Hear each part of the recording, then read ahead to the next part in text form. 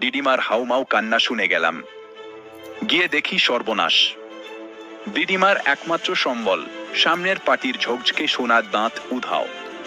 আমি, যে কিছুদিন আগে প্রেমের নামে প্রতারিত হয়ে এখন নিজেকে শার্লক হোমস ভাবি, সঙ্গে সঙ্গে গম্ভীর হয়ে গেলাম। ভয় পাবেন না দিদিমা, হালক এখন আর বোকা নেই। আমি এই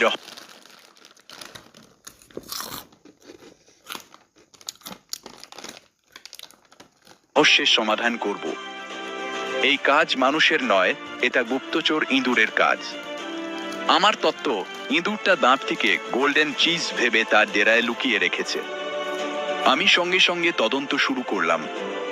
প্রথমে পোষা বিড়াল আইনস্টাইনকে ডেকে কানে ফিস করে বললাম, তোমার উপর দেশের সম্মান। সে আমার কথা না শুনে মেঝের মাছের কাঁটা চাটতে ব্যস্ত। এরপর ইঁদুরের গর্তের সন্দেহ হওয়ায় আমি হাতে বেলচা নিয়ে কোপানো শুরু করলাম। প্রায় আধ ঘন্টা খোঁড়ার পর অবশেষে আমার হাতে এলো সেই গোল্ডেন রহস্য। একটি ছোট, গোল এবং ঝকঝকে বস্তু। আমি বিজয়ীর হাসি হেসে চেঁচিয়ে উঠলাম, পেয়েছি।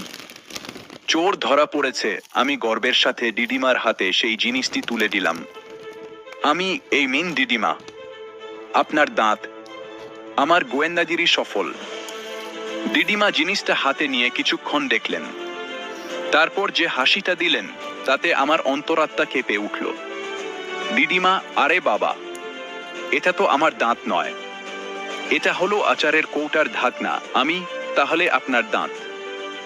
দিদিমা, ওটা তো কাল রাতে ঘুমের ঘোরে বালিশের পাশে না রেখে চায়ের কাপে রেখে দিয়েছিলাম। এখন রান্নাঘরের তাকে দেখলাম, সারা শরীরের উত্তেজনা নিমিষে গায়েব। একটি টিনের কৌটার ঢাকনার জন্য আমি দিদিমার পুরো ঘর খুঁড়ে ফেললাম। শিক্ষা, সব হারানো জিনিসই চুরি হয় না, আর সব রহস্যের পিছনে গুপ্তচর ইঁদুর থাকে না।